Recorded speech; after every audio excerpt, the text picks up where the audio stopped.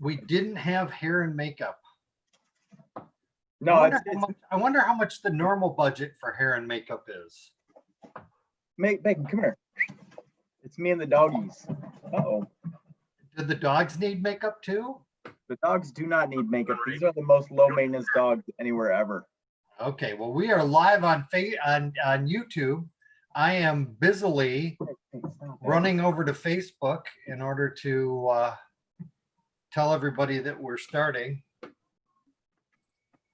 But you know what? When we do this show once a week, we have a lot more to say. The dogs are different than your dogs, guys. I'm sorry. I don't know what to tell you. Which one's that? This is Miss Bacon. This is the crusty, aging, slowing down 8-year-old dog. And by slowing down, she's just moving at light speed now. I mean, yeah, she looks like she's ready to play, doesn't she? She is ready to play. Are you getting slow and old and lazy? Yes, you are. Yes, you are. That's Miss Bacon. Bacon, get off. I think that we're going to be able to go back to doing it every night. We're getting there. I mean, when they close everything down? Oh yeah, that's exact. It's like this. We call Disneyland, and we need to tell the entire YouTubes. Okay, we called Disneyland reopening. So tonight we'll call the courthouse closes and Disneyland closes. Well, did you guys see the updated Pritzker zones on the reopening? No. So what we had originally was that 4 or 5 zones that nobody could explain what to do. He's now broken the state up into 9 zones, and McHenry and Lake County are their own zone. Kane and I think DuPage County are their own zone. Cook County. So there's 9 zones. Hey, you can't do this all night. You're not allowed to do this all night. There's 9 zones, and then each zone has criteria as to whether or not it's going to go backwards. The zone Chicago's in looks like they're about to peel it back to phase 3. The zone I'm in right now, which is Kane County, is not doing as bad, but the Lake McHenry zone is also about to get peeled back to stage 3. The Lake McHenry is? Yeah. So one of the things they're looking at is like the rolling average for 7 of the last 9 days, whether or not it's a higher percentage of positives, and Lake and McHenry were both not doing well in that regard. Okay. Well, I've got part of it that the COVID-19 cases.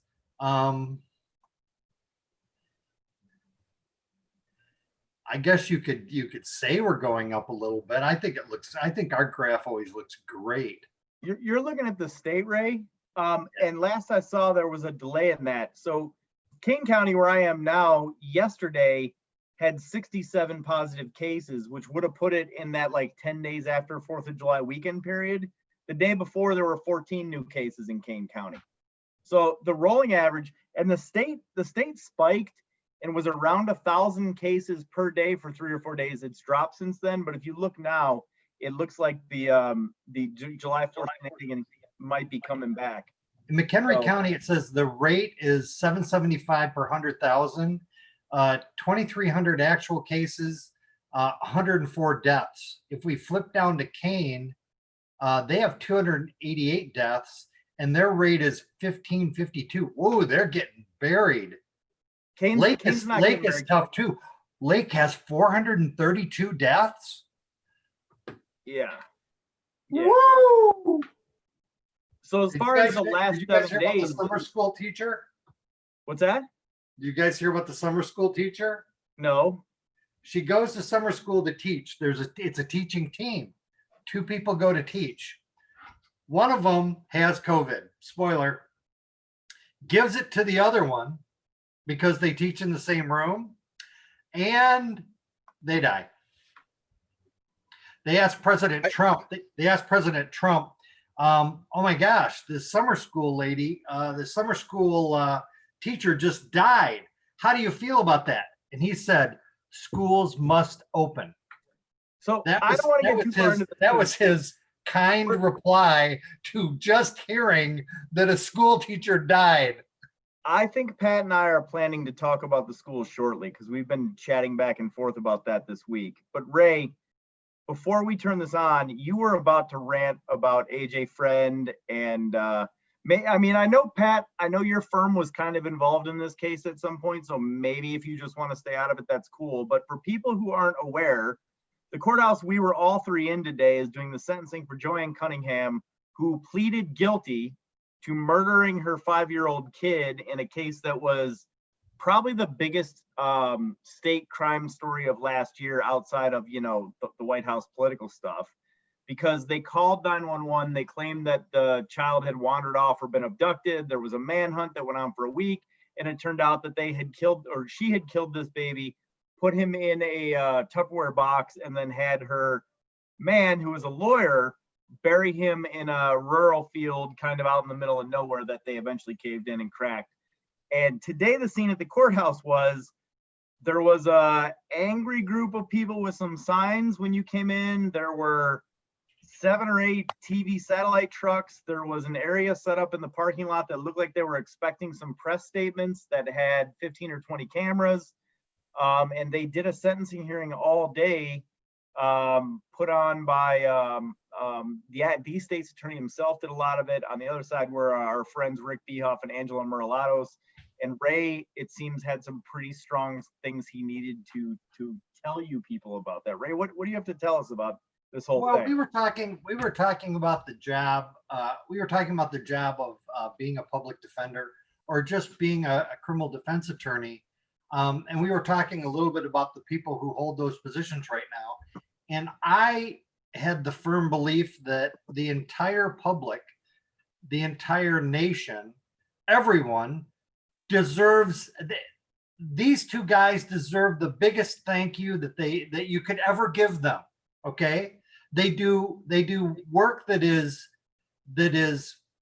it's not rewarded.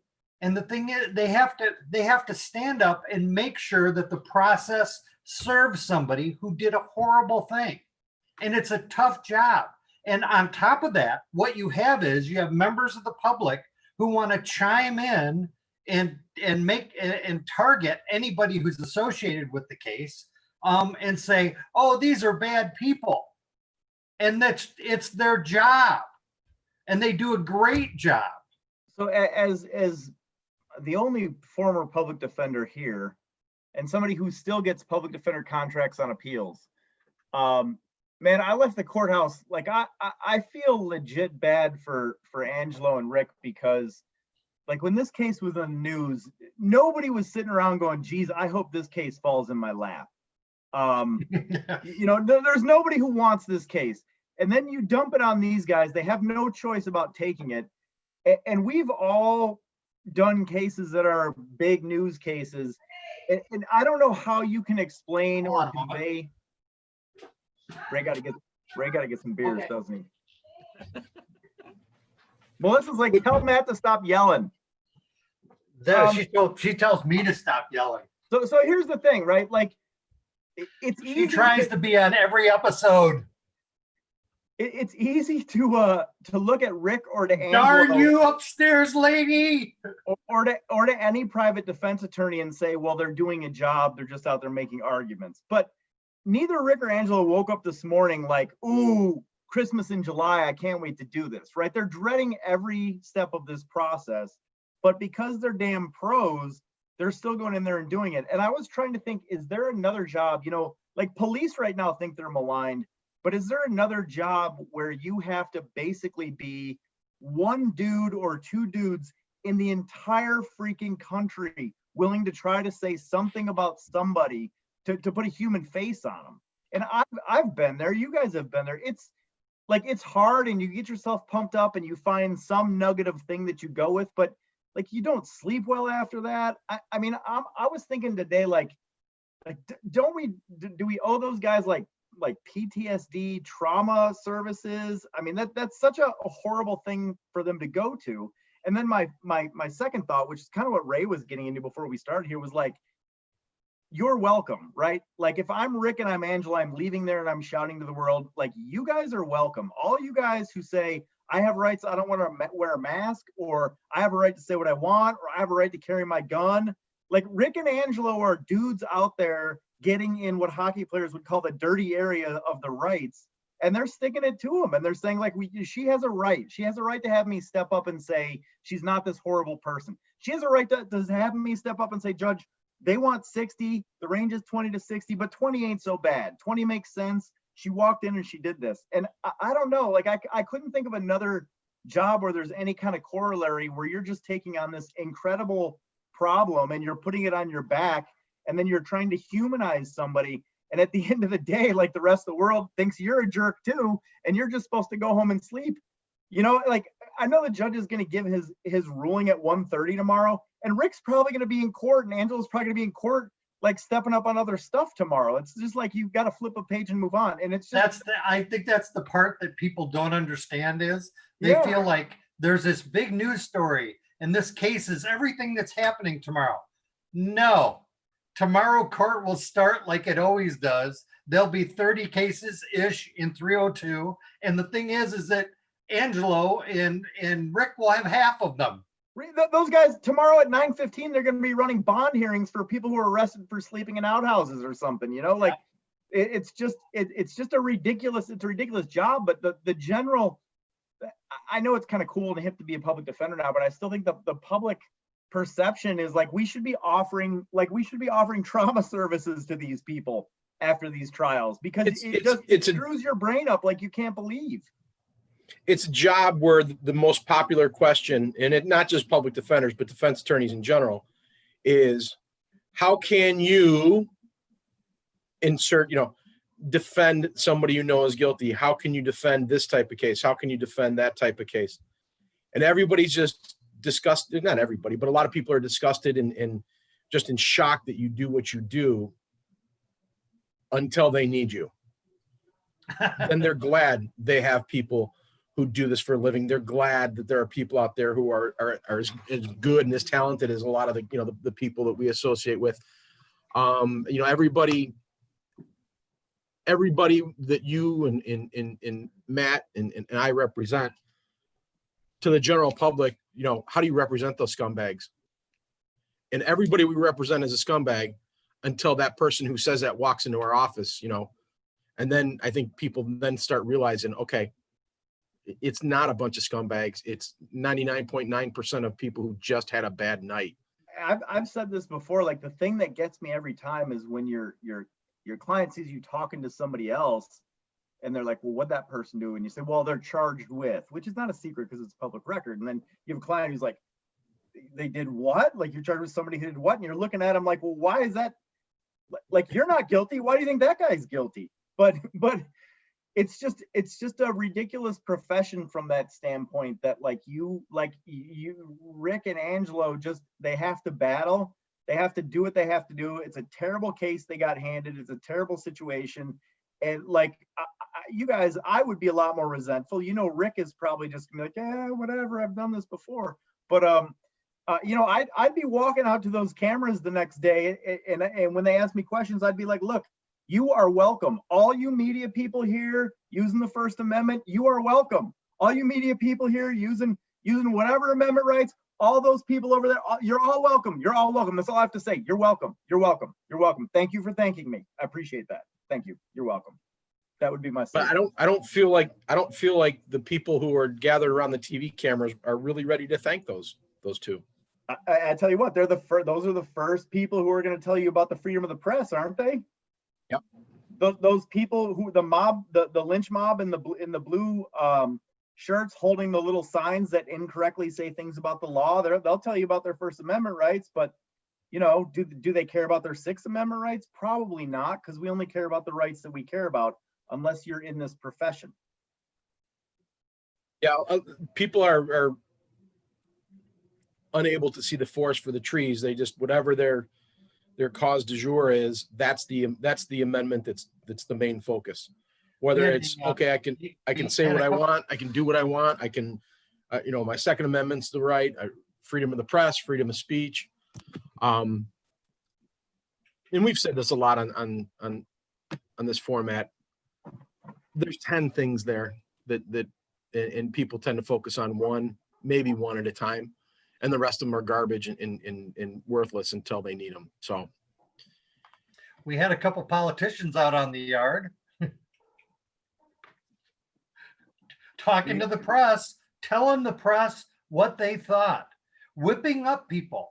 I follow both of them on Facebook, but one of them posted on his page, all about the whole thing. And I made a post. I said, these people are like, they're all talking about the sentence. And I go, yeah, the sentencing hearings today, she won't be sentenced till tomorrow, Einstein. I'm like, okay. And what cracks me up about that little lynch mob out there is it's like the one sign said child abuse plus death equals murder. And it's like, no, actually it doesn't, right? I mean, there have been plenty of child abuse cases that ended up in death through negligence or recklessness or all kinds of stuff that isn't murder. But like, are you people not paying attention? She walked into court, she said, I'm guilty of murder, sentence me with no agreement. Like what more, like at this point, what more could you have wanted from her? There's literally nothing. And nobody's bringing AJ Friend back. And this isn't, I'm not advocating for a sentence one way or another. If you want to, we can talk about that. But at this point, like this lynch mob is out there trying to get people's emotions stirred about stuff that is water under the bridge, man. It's gone. It's over. She did the easiest, quickest thing that the public could have asked her to do.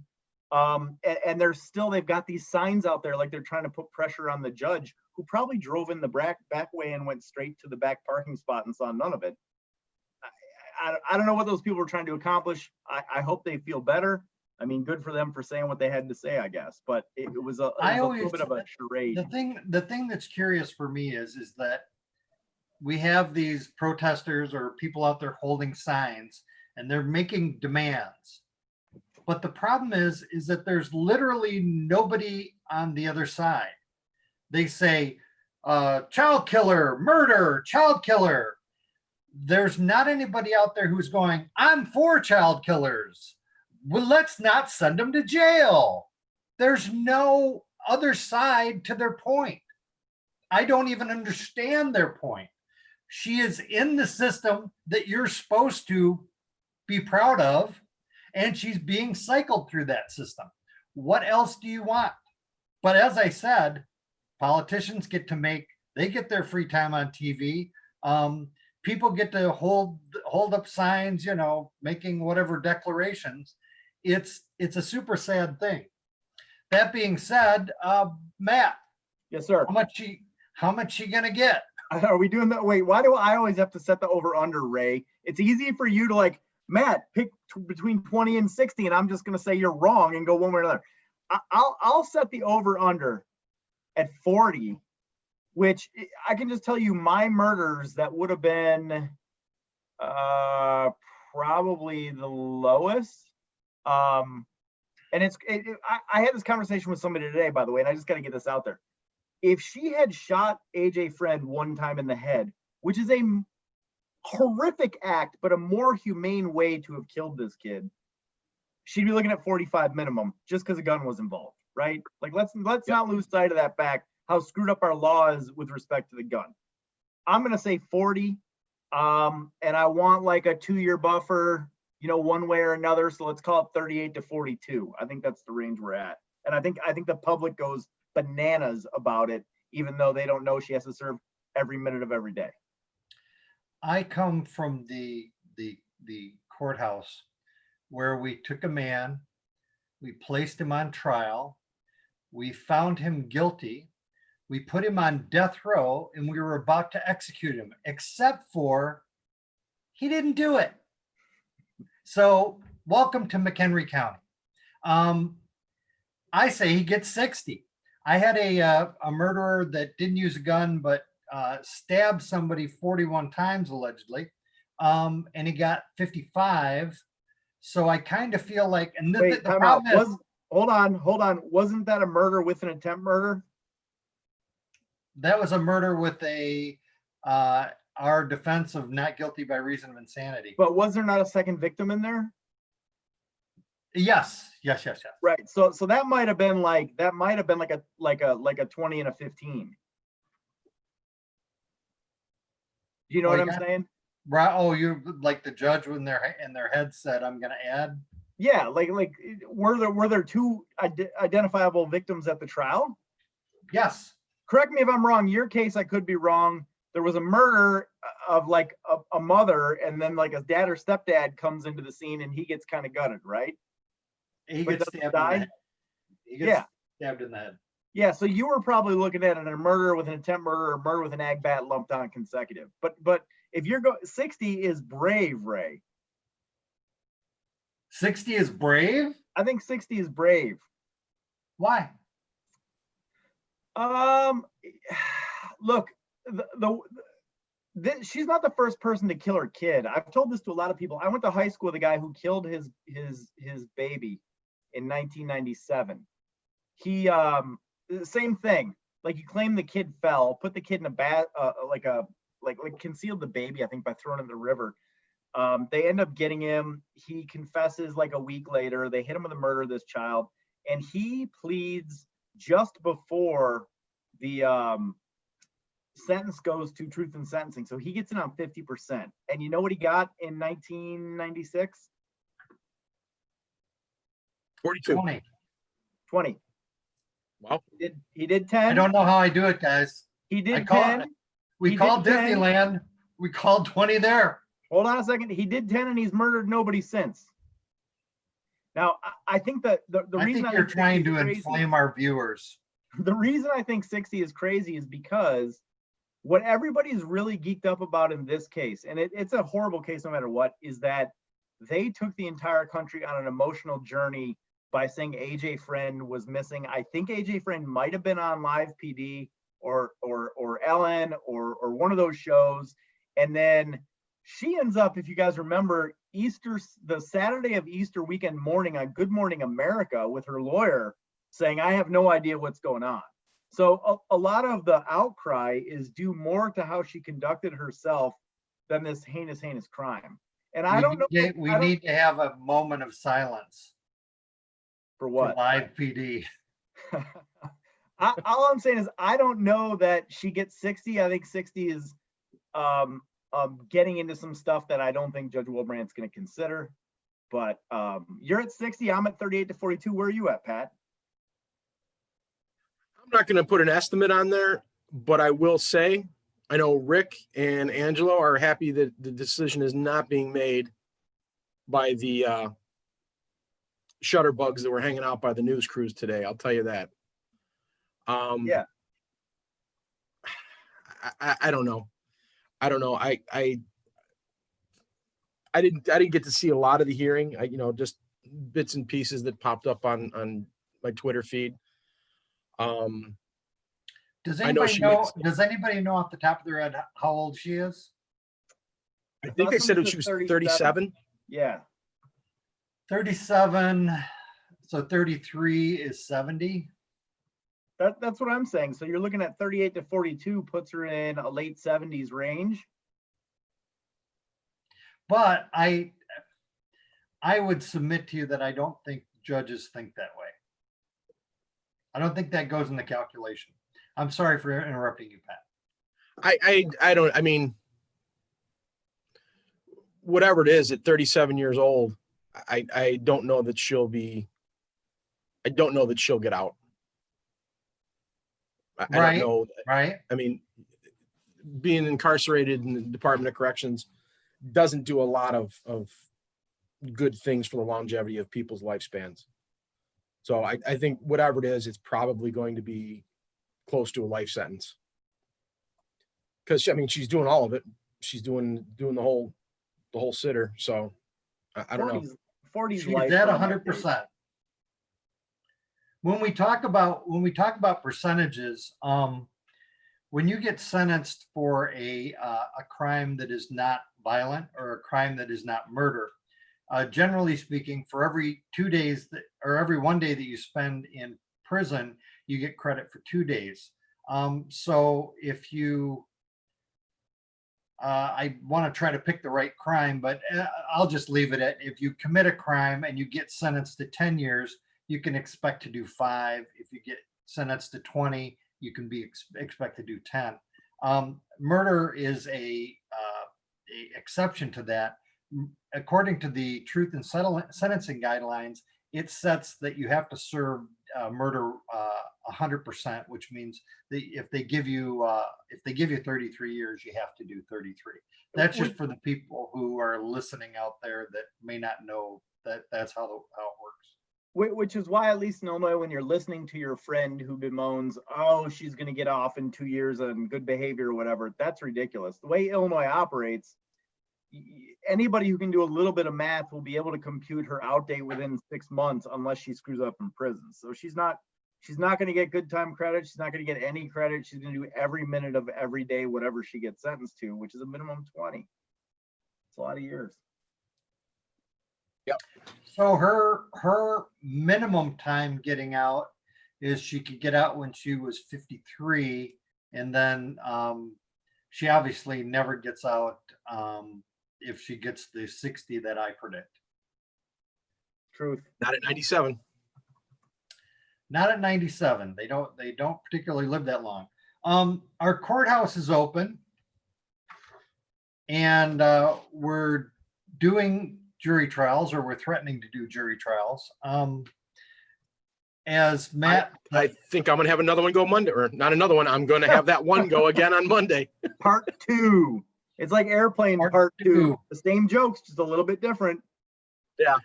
Well, the thing is that I personally believe we're going to look back on this time and go, what the hell were these people smoking?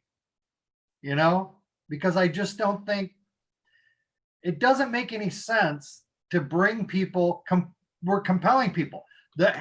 Most of the people who come to court are either driving somebody who's has to go to court, or there'll be a warrant, or they'll be tossed in jail. They have to come to court. And the thing is that we don't screen them. We don't take their temperature when they come in the door. So we tell them, now you don't come in if you feel ill. But then in the second half of the sentence, we say, if you don't show up, we're going to issue a warrant and bring you into the jail. So,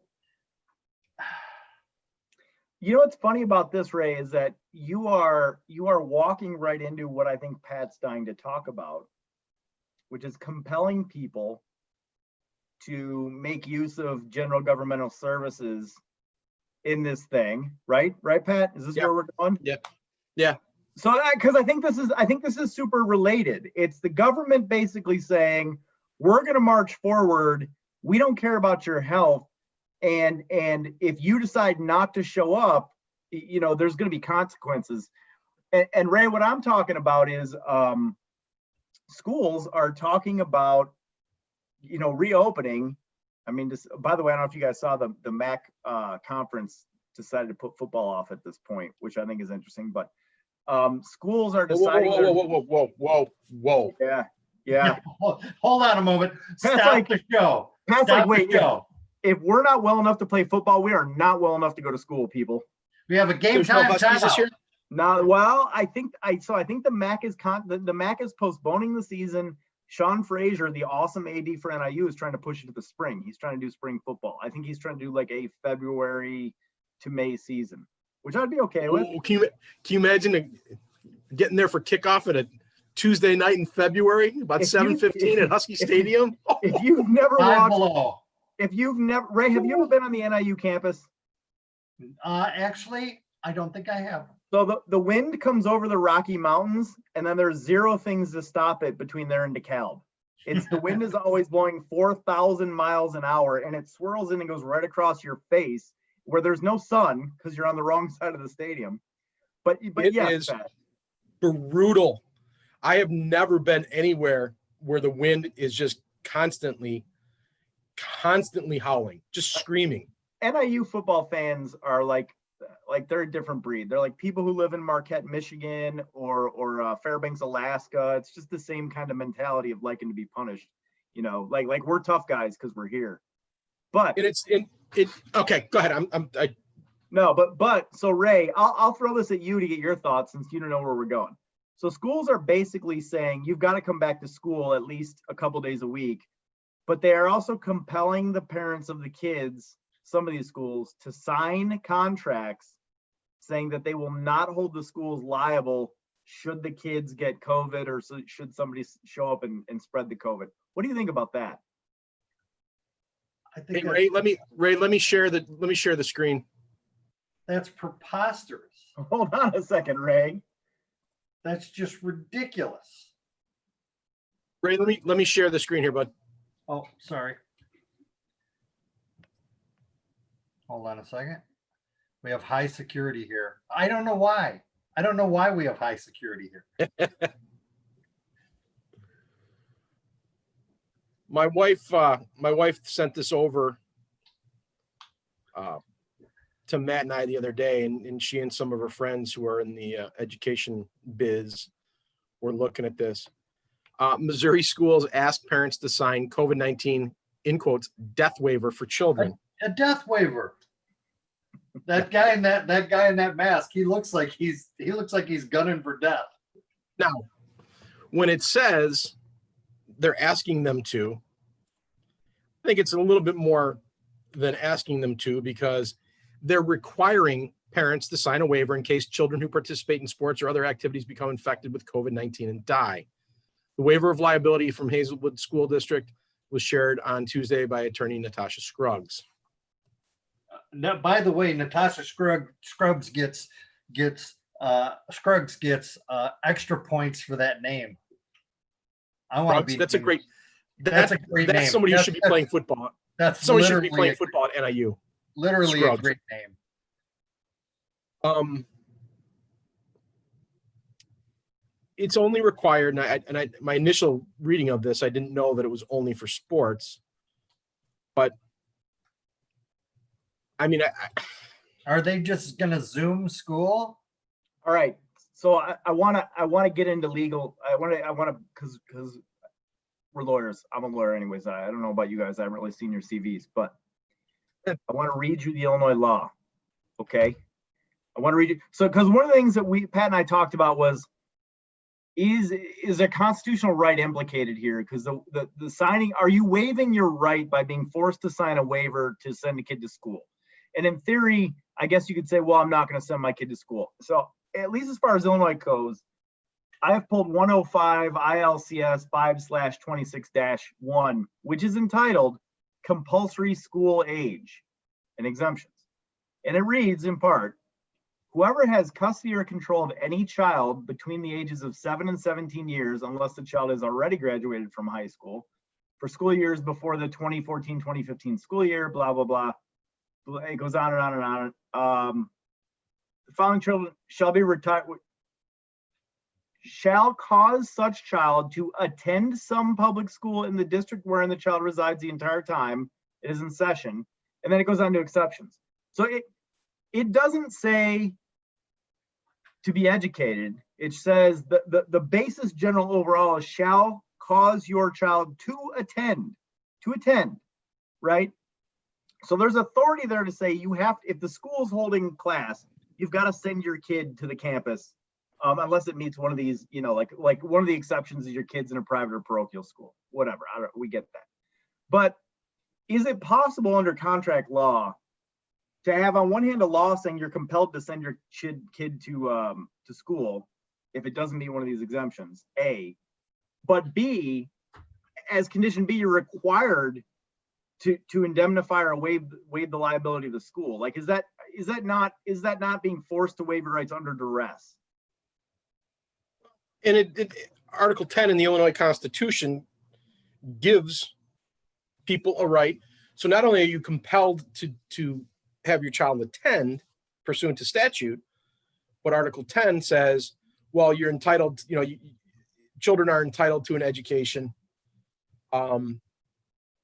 Here, I'll get that, but doesn't it go hand in glove that if you're, number one, compelled to do it, number two, that it's a right that's given to you in Article 10 of the Illinois Constitution, that you should be able to do so safely? I would submit yes. So a couple of things with this waiver. Number one, all right, so your kid plays tennis. He plays golf. He plays, something where you can effectively socially distance yourself from everybody else. One of those lesser sports, Pat, is that what you're talking about? You're just saying that because you know me.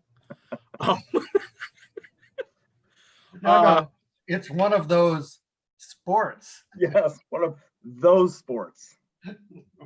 So, Article 10 goals, free schools, State Board of Education, public funds for sectarian purposes is forbidden. So it lays out, you have a right to free public education. And not only do you have that right, you have to do it. So now I'm assuming that this is in Illinois. I don't know anything about the Missouri Constitution. I don't know anything about Missouri statutes. I don't know anything about Missouri in general. So if my kid theoretically catches COVID in school, but he's playing a sport, now they're not liable. Does that make any sense? And and now some of them aren't limiting it. I know there are some states out there, and I was looking, I can't find anything off the top of my head, but I believe there are some states saying that if you're going to come back to school, you have to sign a waiver, not just for sports, but for just your general education. To me, Pat, there's a bigger thing here, right? Like you're talking about if a kid goes to school, he's in one of those sports and he catches COVID. Why are we making teachers and school administrators the COVID police? Like, why are these the people who should be required to make sure your kid is social distancing at school? If they're taking these great measures and we're gonna social distance and we're doing this, like, why is that another role that the teachers have to take on? You know what I'm saying? Like if your kid, I mean, I don't know how you're going to keep a bunch of first and second graders apart at a school. And I don't even know if it's a good idea to have first and second graders who can go to school and basically can't socialize. And assuming that that's the plan to keep these kids away, making a teacher who went to educational, schooling, the COVID police to 7 and 8, 6 and 8 year olds, or a gym teacher, the COVID police, it just seems like this is not something our system is set up to do. And if we can't operate when we're throwing pitches into the teachers' wheelhouses, why the hell are we doing this to start? It just seems like a ridiculous, like the whole thing from the word go is, it's just a bad idea. And I don't know why we're so insistent to run into, hey man, at least Disney, Disney can turn around. Like Disney has a police force. They can do all this stuff. I look at teachers like I look at the cops, which is they're already doing so much stuff that isn't like in the umbrella of being an educator. Like I had a conversation with the cops yesterday who are basically the taxi service for the mental health hospital too. And it's like, well, they shouldn't be, but why are we lumping this onto teachers in addition? And the reason I put that up to number one, because we've been, Disney's been our barometer for this thing since we started. But number two, the same kind of logic is puzzling to me as far as schools opening. When it was, the pandemic was in its infancy, so to speak, it wasn't safe for kids to be at school. But now that we're at rates that are far significant, they're significantly higher than they were at the beginning. Now we're going to say, okay, now it's safe. And I get part of it is, okay, now we've come up with a battle plan. Now we come up with a plan to disinfect. But yeah, I mean, you're asking teachers who are already, their plates are overflowing with stuff to do. Now you have to teach these kids, and at least in Crystal Lake, they're going on a rotating 2 days, 3 days, 2 days, 3 days. You're going to go, I think it's Tuesday, Thursday, Wednesday, Friday, and whatever portion of the alphabet you're in will go every other Monday. But here's what's ridiculous about that. This is not, and this is like whoever's making this decision, in their mind, you're taking the regular first grade curriculum and you're breaking it up. In reality, you are completely rewriting how you have to teach these kids without a real foundation to build on, without studies that say, and I'm trying to think in my head, I was in first grade going on, it's been 40 years since I was in first grade. But what I remember was showing up, playing on the playground with my friends. The dumb bell rings. You go in, you begrudgingly like throw your coat in the locker, even though the football game wasn't over. You walk in and you sit there for a little bit, you do some stuff.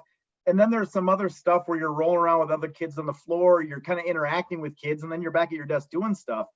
How are we expecting, like are they going to shorten the day to a couple hours? I mean, how do you take a first grader and basically say, look, you're here with all your friends, and if you get within 6 or 8 or 12 feet of your friends, oh, by the way, you got to wear a mask. But if you get close to your friends, teacher cop over here is going to do something about it. Like how practically, oh, good morning, Fred. How are you? Fred can't hear me, but I mean, how, like when you're looking at this saying, here's the number of hoops we have to jump through, the question becomes, why are we even doing this? Like maybe the smart, prudent thing is to figure this out first and then move forward, or just wait a semester, do it online and wait a semester and see where we are. Oh man. Good Fred, morning, good Fred. luck. Morning. What's going on, kid? How are you guys? Good, We're man. good. Do you, Fred, you as a guy with some kids, what are your thoughts on school? It's difficult. So my fifth Fred's like, grader's I want going him out of into, the house. That's what Fred's thought He's is. like, school must start. my son is starting middle school, and he needs to go. And I mean, we are in our, He needs to go. no, for his own mental health. He needs Okay. to, Okay. because we're in a bubble, we don't let him go play with anyone. He goes and rides his bike to see a friend, and he brings his own camp chair, and they sit 8 feet from each other, and they'll talk. And it's the only kid he sees. Otherwise, he's online talking to friends, maybe a little bit, but he can't go much longer because I can see the depression starting to kick in, and it's bad. But Well, we have a question here, guys, from one of our 16 viewers. There are some teacher unions out there that are saying that the plan to re-enter schools would violate their contract for safe working conditions. Do you think that this is a legitimate legal argument? Okay. I think it is. I think that if they get fired for not showing up, that is a defense. However, I'm sorry, go ahead, Matt. No, I look at it like this. What are the brave judges who are showing up to court doing right now? They're not letting anybody within 20 feet of them. A lot of them are wearing masks. They've got a tape line you can't get near. So anything short of that, I would say, is an unsafe working condition. I could be wrong on that. So, I mean, my standard on that is if the judges aren't willing, if the people who are interpreting the law are not willing to work in that environment, it's unsafe. That's my take on that. what's different think- from any other job? What do you mean what's different? With the What's teacher? different between a teacher and any other job? The Your teachers are boss union. tells you got to go. You got to go. No, but the teachers have a contract that says they can't be forced to work in an unsafe condition. I think that was the question, right? There's Pat? there's a lot of professions that have that. I've got nurses and doctors that are staying home because there's not enough PPE and they're getting fired. And the defense is, hey, wait a minute, my contract says if you don't protect me there, I don't have to go in. And because no one cares. I think one of the big differences that those people are not working as being compelled by the government. I think when the government is the one telling you to show up to work, it's a different question, which is why you're not hearing a lot of the parochial schools. Well, Well, and parochial I schools think don't that- believe in COVID. I think, well, at least not in Texas, because God was going to save him from, God was in his hands. It was in his hands. A couple of things there, though. I think that the healthcare workers saying that a healthcare issue, I mean, their job is dealing, depending on where you're at. I mean, if you're in a hospital, Your job is to die in a hospital? your job's not to die in a hospital, but Just checking. your job is to. Maybe that your was, job- if that's the rule, it's a hard rule. It's a hard rule. That's why I'm not a doctor. I understand it. I'm not saying your job is to die in a hospital, but your job is to deal with health issues. And I mean, a hospital by definition for healthcare workers is an unsafe environment because who knows what's going to walk in the door that next minute. Right. I don't think, and I don't have little kids. I have, older kids, 2 in college, 1 in his last year of high school. I think you're asking teachers who are adjusting to now half the class, half of the kids are going to be online 3 days a week, but they're expected to attend their classes at the same time. So you're keeping up a daily high school schedule on Zoom. And so the teachers now have to come up with a curriculum to teach the kids that are live in front of them. They are teaching the kids that are on Zoom. And, there's a handful of stuff there that they're already being asked to do. But now to be, like Matt said, to be the COVID police, to now you have to make sure, that Johnny's got his mask on. I mean, I was kind of a dick in high school. I don't know. I know it's kind of a shock to you guys. I would not have wanted to make sure that a young Pat Walsh and his buddies were socially distant from each other, that we had our mask on, that we were, number one, paying attention in class, and number two, that I wasn't doing something I probably shouldn't have been doing while I was on a Zoom at home. How are you going to smoke the Reds in the bathroom with a mask on? Right? How are you going to do it? But I think Fred's point about all that stuff, to me, it gets to what's going on here, which is the push to do stuff in school has nothing to do with safety. It's not a safety issue, and that's fine. I'm not going to make a decision as to weigh and balance that. I don't have a kid. I don't have to worry about it right now. But the reality is that the safety or the requirement for safety has been determined to not be important as the other stuff. And I guess time is going to tell us whether or not that was a decision that makes sense. And if I was a teacher, that's the part that I would find scary, which is that my safety or the safety of these kids that I'm in charge of is not the number one most important thing at this point. I think that one of the things that we're not adding to the school equation is that kids need to go to school because we are going in the tank. We just had statistics where 5.4 million people lost their health care. 32% of people missed their mortgage payment last month. We're expecting 28 million people to be evicted as far as new homeless people. And the unemployment benefits are going to be expiring at the end of July. If we do not get back to work, or I'm sorry, if we do not get the kids back to school, we cannot get the people back to work. And it doesn't look good as far as the economy goes, no matter what the stock market tells you. I mean, the problem is that our society is built around kids going to school and parents going to work. I feel like that might be lost on people who say, well, let's talk about safety, or let's talk about stopping the pandemic. The problem is that if we don't turn this around, I mean, our options might be super limited. I think that's the number one thing, Ray, is that schools, one of their functions is to be free or low cost daycare. And as somebody who will come home from court and then literally start taking care of a baby, like, it would really be nice to be able to work more. And I get that. But on the other hand, I'm sympathetic to all of the professionals who are about to sort of march into the COVID swamp without, I think, full information at this point, not knowing what's going to happen and not knowing how it's going to be. And hopefully, if the school's open, I read a study the other day. I don't know if you guys saw a study about the hairdressers who were symptomatic. 2 hairdressers who were symptomatic worked on the hair of 137 people while they were symptomatic. They wore masks. They required their people to wear masks.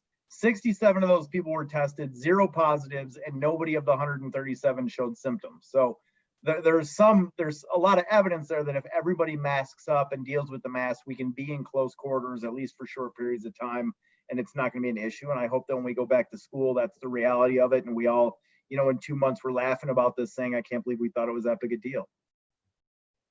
I hope so. And I'm curious as to what your prediction is going to turn out to be, Matt, when I said, are we going to be dealing with another shutdown in the fall? And you said August. Yeah, I stick by that.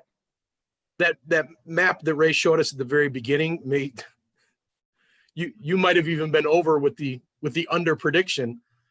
I guess there's got to be some, and I don't have an idea. I'm going to throw this out there, and not to say, hey, here's my plan, everybody should do this. There's got to be something somewhere in between where you have, Mike Pence saying, whoa. Do not let the CDC guidelines and their recommendations, do not let the government agency who's been in charge of infectious diseases since its inception, run by some really, really super smart people, determine whether or not you should open your schools. And the flip side of that coin is, well, we're just going to e-learn forever. I don't know where that happy medium is, but I mean, when you look at some of the things, whether schools go back is entirely a local situation, right? I mean, that's entirely local. Yeah, and I think Illinois is in a unique position with the not only the law but also the constitutional mandates that we have. I don't think a lot of states have that. So I think Illinois is probably in Texas or Mississippi or places where schools kind of like mentioned in passing at some point. It's not that big a deal, but is it really local though? Doesn't the State Board of Education have the ability to order closures or order limitations? Well, that's the part that I don't know. I know that making those, they try to source all of those open, close. The state tells you like you have to do 176 days, or you have to do 8 in the morning until 4:30, whatever that they set parameters. But how a school district falls within those parameters, you have to take certain national holidays. I mean, they give that sort of broad thing, but I don't believe that they say, okay, you have to be open, or you have to be, you have to be closed. The other thing is, I think, Fred, I think they can say, I think they have the ability to say, we're done, you're closed. But I think they've left it on because yesterday we watched the District 155, which is Crystal Lakes District. We watched their board meeting, and then my wife works for the Huntley School District, so tonight we watched theirs. There are, just 2 neighboring districts have different plans. So I think for right now, it's in the local, and when I say local, I mean, district-wide discretion as to what they want to do. And there's a lady by the name of Tracy Walsh. She just popped up on the questions, and she seems like a plant. Uncle Donnie has been. It's a coincidence, no relation, right? No relation. Uncle Donnie has been threatening to withhold federal funds for school districts that do not open face to face. I was going to join our school board meeting tonight via Zoom at 7:30, and at 7 o'clock they sent out an email. Hey, the plan we gave you 2 weeks ago, we blasted out to everyone. Attend school full day with all these restrictions. Attend a full day of e-learning or disenroll. That's all off the table because they just received new word from the State Board of Education today, and they didn't have time to present it to us. So they took that off the agenda item. So I didn't even bother Zooming. Well, I need to see what the new position is going to be. I heard a rumor that this is what I heard was going to happen. And as I said, this goes under the little bird sort of thing. I heard that Cuomo is going to shut the schools in New York, and then Pritzker is going to follow him. But that's just a rumor. That's rumor. No. Fred, let me ask you this. Your plan was you either have to be all in or all out. You have to be e-learning or in. So so 3 options. Disenroll. So go ahead and homeschool. See you later, fuckers. Okay. Or attend school all day. Kids will stay in their homeroom. There'll be no lunch period. They'll eat at their desk. They can't use the John when they switch between rooms. Wear masks. They clean their own desk, blah, blah. Or the kid stays at home and does e-learning, but it'll be, quote unquote, a solid 5-hour block, unlike the springtime, which was, here's some stuff you can do. Oh, you're in advanced math? Sorry. Oh, you're in advanced reading? Sorry, go read a book. And we chose, they took a poll and we said, we'll send him because he knows how to wear a mask and we trust him. Plus we got to work. Right. And Fred, I don't know your kid, but I think 5th grade is, I mean, that's fairly reasonable. And these kids, He's going into 6th. For going into 6th grade, and for what at that age seems to be such a huge part of your life, a mask has been a thing. Yeah. But you know, the little guys like in Huntley, 1 through 6 is going back full time. Well, so I've got a 4-year-old. She goes to preschool.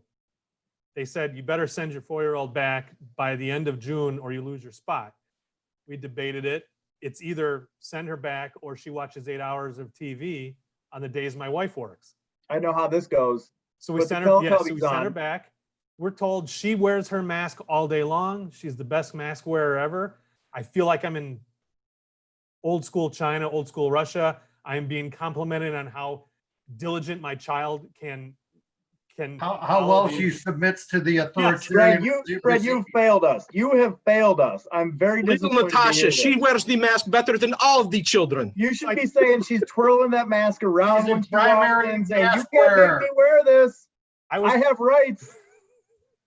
was proud of her till I remembered in high school, at my high school graduation, I ripped off my robe and I had a disrespect authority t-shirt and I'd shaved Exactly. my head. What happened I mean, to you? So then again, this is keeping her alive. Apparently it's so. not, apparently that anti-authoritarianism is It not skips- genetic, It not skips a genetic. gene. Yeah. Turns out misses. Fred's doing a good job of parenting out the worst parts of himself. Let's give Fred. See what he did My, there? my wife would probably say I haven't done quite as effective of a job as Fred has. You know what? In high school, I probably would have worn the mask because it would have been easier to hide the dip. You got to keep lifting it though. Spit. But at that point, you could have just, you know, I had cast iron stomach. You could just swallow it for the class and then put a freshie in the hallway. So, on my screen share, I have great news. It's only the director of the CDC that says that the second wave is likely to be more devastating than the first. So we have that to look forward to. Well, I mean, he won't have the numbers. He won't have the numbers to make that estimation anymore. Yeah, because they stopped taking them. Well, yeah, they're gonna. I hope that hospital administrators just still keep fine. Send him to Uncle Donnie. Send him to the CDC too. I mean, that's just. it's So, I mean, so how Donnie crazy wants- is it? How Donnie wants crazy to is it open the that schools. politics is driving this whole thing about opening schools, not opening schools? Like, I know I'm an idiot, but I kind of just like to look at numbers and data and be like, this is what makes sense, which is a weird thing from somebody who likes to gamble. But on the other hand, you know, if you play the numbers most of the time, that's usually your best shot. But it's just crazy to me that there's not just some formula out there. And I'm not being critical of decisions one way or another now. I'm saying there's not some formula out there that they didn't point to and be like, this will decide our decision making. It's all this other political nonsense. Well, I think that Donald Trump believes that the Democrats are ginning this up in order to wreck his election. So he's trying to say, listen, I'm not going to let that happen. They want the schools closed. So let's open the schools. So it's good He's to not hear paying that attention to his own. it's good to hear that he's considering everything that you know, all of the issues that we talked about. He's considering about those rather than whether he gets elected to be president or not. I think he's selling himself short. He can derail this election all on his own. I don't think he needs any help from the other side. I don't think he can. I don't think the man can lose. Okay. I said the courts are going to reclose, Disneyland's going to close, and Donald Trump cannot lose. Okay. Impossible. What, Ray? Schools are going to close. We're going to go back to e-learning when? Oh, wait a second. I got to think about this. It took me a little while for the Disney. Yeah, the- Pat, that's not how it works. Ray pins the over under on you or me, and then it's like, oh what no, I do you're is I wrong. say this, Matt, what That's do you why I think shot the it to him over-under should first. be? Yeah. What do you think the over-under should be? No. Look, I November don't want to get 15th. too into this, but if my kid was going to school, he'd be homeschooled through this stuff until I know he's not bringing some virus home to my mom. That's my take on it. Schools will close before November 15th. You might as well write it down right now. One kid's gonna bring COVID home, and his grandma's gonna end up dead, and that's gonna be the end of schools. And I think it'll be before November. I think it's gonna happen in. I think it's gonna happen probably by the middle of September. If we're not playing It's football, only a month and a why would we half go back to away. school anyways? That's only a month and a half away. Whatever, 2 months. Fred's Ray, what about Fred's court? like, no, I gotta work. I gotta They're- work. They're not going to open. I think the court's going to go like this. How many attorneys do you think we have? Probably $150 total all the way across the board. So At we're going to least. lose 2 attorneys, and the courts are going to be Zoom only. Depends on which attorneys. Unless we lose a judge. If we lose a judge, those doors are closing. Don't get me started on this court circus. I mean, I can't. Wait. We don't have to. And when I say lose a judge, they go in the hospital and it looks bad. He doesn't have to die, or she doesn't have to die. We've already lost a judge though, Ray. Remember there was that judge early on in Brooklyn who was mocking people and then was dead a week later? No. I'm talking. Listen, I'm talking about the most special county in the state, and we do call that is our trademark. We're called the special county. The one that's open right now. We're very special. I'm going to get so in trouble for that, by the way. Anyway, as I said, what'll happen is one of them is going to hit the skids, and then it's going to be Zoom court for everything. Cancel the trials. All right. So on that note, go ahead, Pat. No, go. I want to talk about something, another topic that will bring everybody together that has been flying under the radar the last 2 days, and I'm not sure why. You guys ready? 2 days ago, there was the first scheduled federal execution in like 17 years. Yep. And the Supreme Court stayed the execution. They strapped this guy to a gurney, and at 2:30 in the morning, the Supreme Court came out with an opinion saying, we're not staying the execution. And shortly thereafter, they killed this guy. And they think that the time of death or the time of the execution was after the death warrant had expired.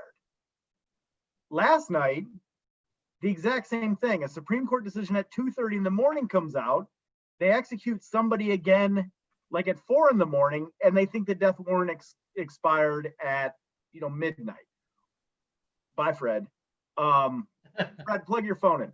So my question is, why do you think that all of a sudden we're executing people under the radar in the middle of the night, and should we be worried about that? Well, Are you worried about Ghislaine Maxwell or whatever her name is? Are you worried about her? Personally, Because she's got about 2-3 weeks here, and then there's going to be a accident, or Look, she's I'm going worried to about her not being released on reasonable bond conditions, because last I checked, and I haven't read it this week, the 8th Amendment said she was entitled to reasonable bond conditions. that's still there. Is that thing still there? Yeah, I think up to 8 is No, still there. Beyond 8 is gone. Pat, the Constitution, it's very old. Those things don't apply anymore. you make the Second Amendment strong enough, you don't need the Eighth. See? Boom. Boom, boom, boom. Well, Yes. That's number the way to one, go. how do you not trust the federal government to make the decision on whether or not somebody lives or dies? And Matt, I put that, I think in the text or a direct message today, they deferred tax payments till, what was it, yesterday, day before? I don't remember. Dude, tax people- report again? Well, no, I mean, until yesterday or the day before, or whatever it was. No, but I took an extension on that, so I was wondering how far I got. Do you Well, know? everybody was going to make payments online, and what they saw Right. was now this entity that's making the decision on whether or not to execute somebody and whether, scheduled, they had a planned outage of I don't know what it's called, but I'll call it the payment portal. There was a planned maintenance outage on the day that everybody had to pay their taxes. Yeah, that's a real That's thing. the kind of foresight and just brilliant logistics that we want to trust a life or death decision to. Yeah, It's so the I've been government. They're really good at it. I've been trolling people on Twitter the last couple of days. Like, first of all You you troll people who on like, Twitter? I'm not getting trolled, Fred. I look, No, you troll people on Twitter? What? once or twice. It's the first time I've ever done this. I don't have a long history of trolling people, but all you people who screamed "All Lives Matter," got your "All Lives Matter" shirts, are yelling "All Lives Matter" at people protesting. Where is the All Lives Matter movement rising up for these people who are being executed? Do their lives not matter?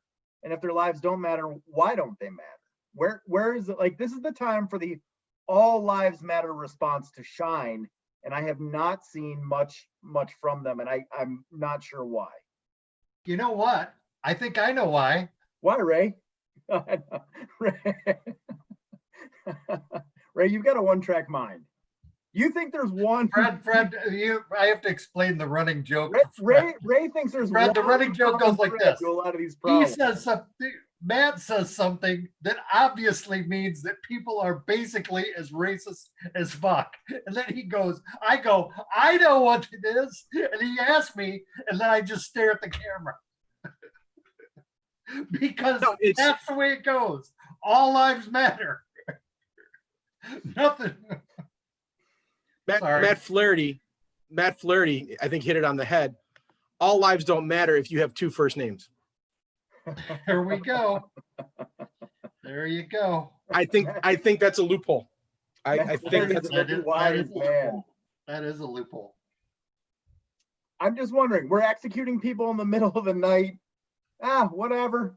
Guess it doesn't matter. Meanwhile, It was people an are like, "Oh, accident, Matt. It the was an government- accident. the government can't make me wear a mask, but they can murder that guy over there." It just, like, the disconnect is astounding to me. But I'm just a guy on a. Why don't we add a statute called administrative murder? When you murder somebody and you don't have a death warrant, then you're charged with administrative murder. Now, let me ask you this. If the death warrant had in fact expired, I think that's a slam dunk. He goes and gets that execution vacated, right? Oh yeah. He just gets it. That like you was said, there's a hilarious, Fourth by the Amendment way. issue there. That was hilarious. I think that's a per se vacate of the execution. I think he gets a Matt, do-over. Pat, are you Pat meaning to brings it suggest right that? there. Are you meaning to suggest that death is final? Are you implying that? Perhaps, Yeah. perhaps, which is Poor people. and I was pro death penalty before I went to law school, and I found out some of the interrogation and the investigative techniques that are used to solve crimes, and Same with me. and I found out how many You people guys are. were pro-death. You guys were pro-death penalty? Ray, in law school at the end, you got to write a paper, and the class I took for the paper was the death penalty. And the first day, Charles Hoffman, who headed the appellate defenders capital litigation unit, is teaching the class, and he says, "Is there anybody here who doesn't have a theoretical opposition to the death penalty?" And I raised my hand, and I'm like, I don't. And he looked at me, and he's like, "Someday you'll probably have to represent somebody on death row, and your opinion will change." I had a case that could have been a death case for 1 week, but even before that, my opinion changed. Just like Pat says, you see what goes into the decision making, you see what goes into the process, you see what goes into that kind of trials are basically a show of just little bits and pieces of the entire process, and you realize what a show trials are. And it's like hard to say I'm okay with killing somebody as a result of this insane process. And then you lump on top of it all the people who've been exonerated. Yeah, I don't see how I never thought the government was good enough at anything to be trusted with making the decision to kill somebody. Do I think somebody deserves to be put to death for doing a heinous thing? Absolutely 100%. Do I think the government is capable of figuring out who that is? Never in a million years. That's it. And that's the thing to me, like, so people who are like, the government doesn't know how to spend my taxes, never Right. transfer that thinking to the judicial and law enforcement. And even when they're literally issuing opinions at 2:30 in the morning, when they're intentionally doing that for no reason other than to make it fly under the radar, so everybody wakes up the next day and it's like nobody can apply for another stay. Like these people who are like, well, that you added a 5-cent bottle tax. I can't believe you're going to waste my money. None of those people look at what's going on in the death penalty and are questioning it at all. Did you So- see the? I'm sorry. Go ahead, Fred. Ray, you would be okay with a non-governmental assassin team then? Ray wants private execution. Hold on a second. And as I said, that's a great question. If I don't think it is bad to kill people who do things that are, and as I said, beyond the pale.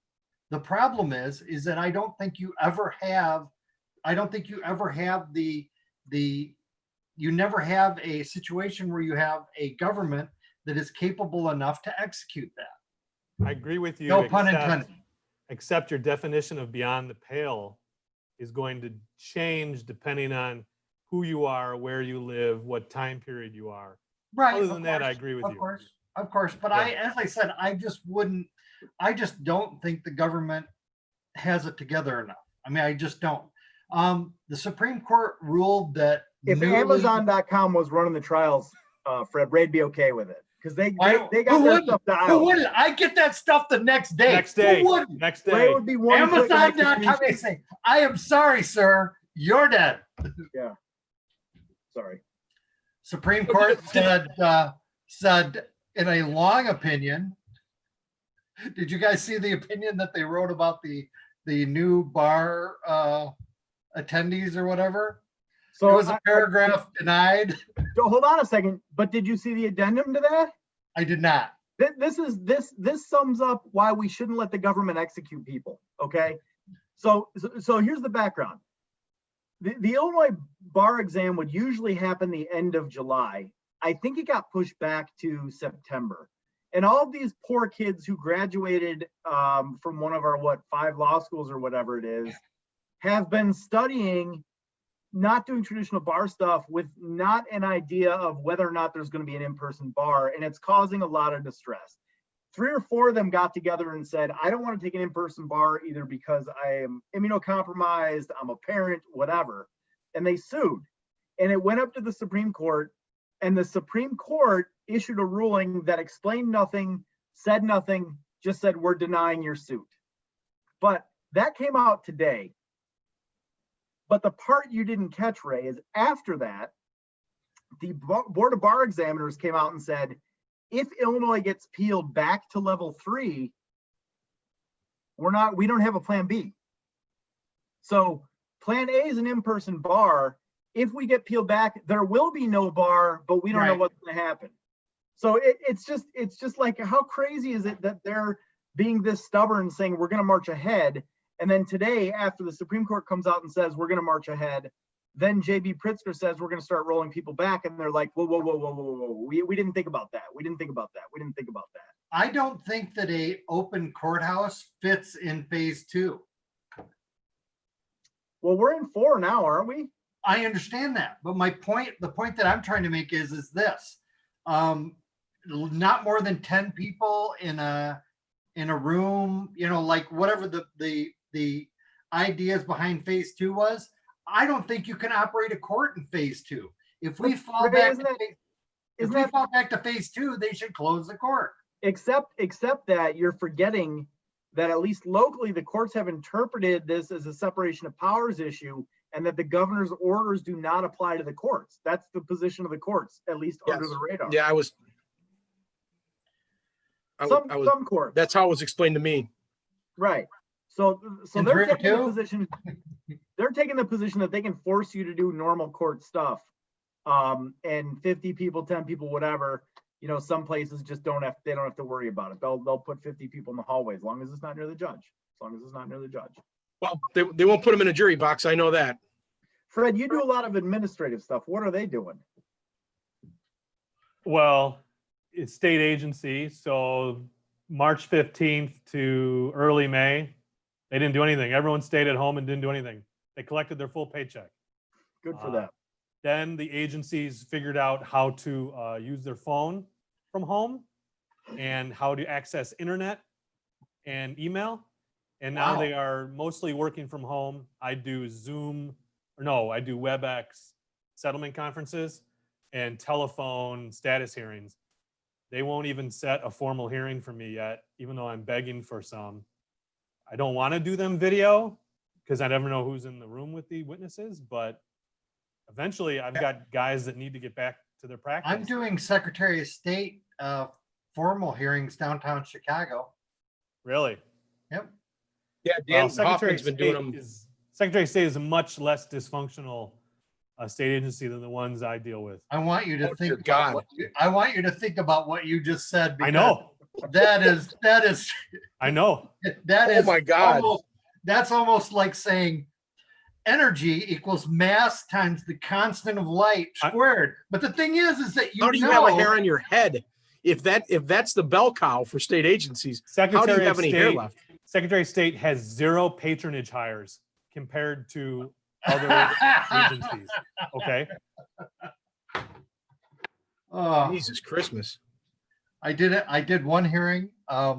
Did one hearing in the Secretary of State, and I got out of the hearing, and it kind of struck me as kind of odd. The lady who ran the hearing seemed to be like 80 years old or whatever, and I kind of looked at the other officer, and I was like, "Boy, she's probably ready to retire." And he goes, "No, Jesse's cousin's not ready to retire yet." Yeah. I was like, Yeah. "Okay, I guess they're not." Oh, Fred, my condolences. Thanks. Jesus.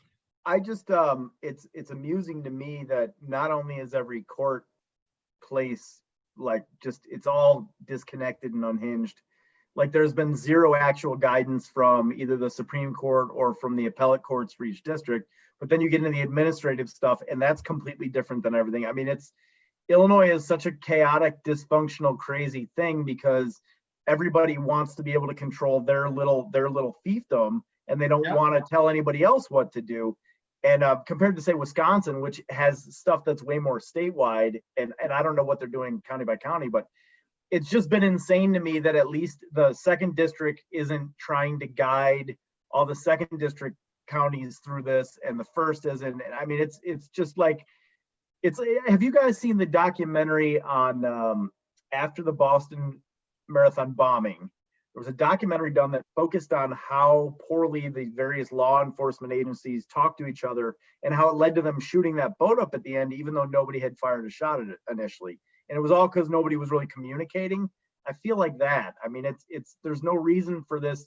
Everybody had a pandemic plan, but there's no like pandemic sort of supervisor somewhere that's plugging in and saying, can't we make this like, it's crazy to me. Again, in Woodstock, you can have a case in 104 where you can't appear on Zoom. That same case moves up to 303, you can appear on Zoom. If it moves up to 301, you can appear on Zoom if you file a motion. Well, how am I ever going to appear on Zoom anywhere if I've got to go to court for those courtrooms that aren't going to let me do Zoom anyways? To me, it's been a blueprint on how we should not be handling this. But Well, at least we got something right. As it turns we out, nailed it. We nailed it. we nailed it. As it turns out, first of all, we'd like to thank Mr. Fred Nickel for coming and being on the show. And we Thanks would for the like him to invite. be on the show every Thursday at 8:30 because our production budget allows for as many Fred Nichols as we can afford, and we could probably afford 2 or 3 more if you have clones. Everybody else, have a good night. We're gonna chop it all off.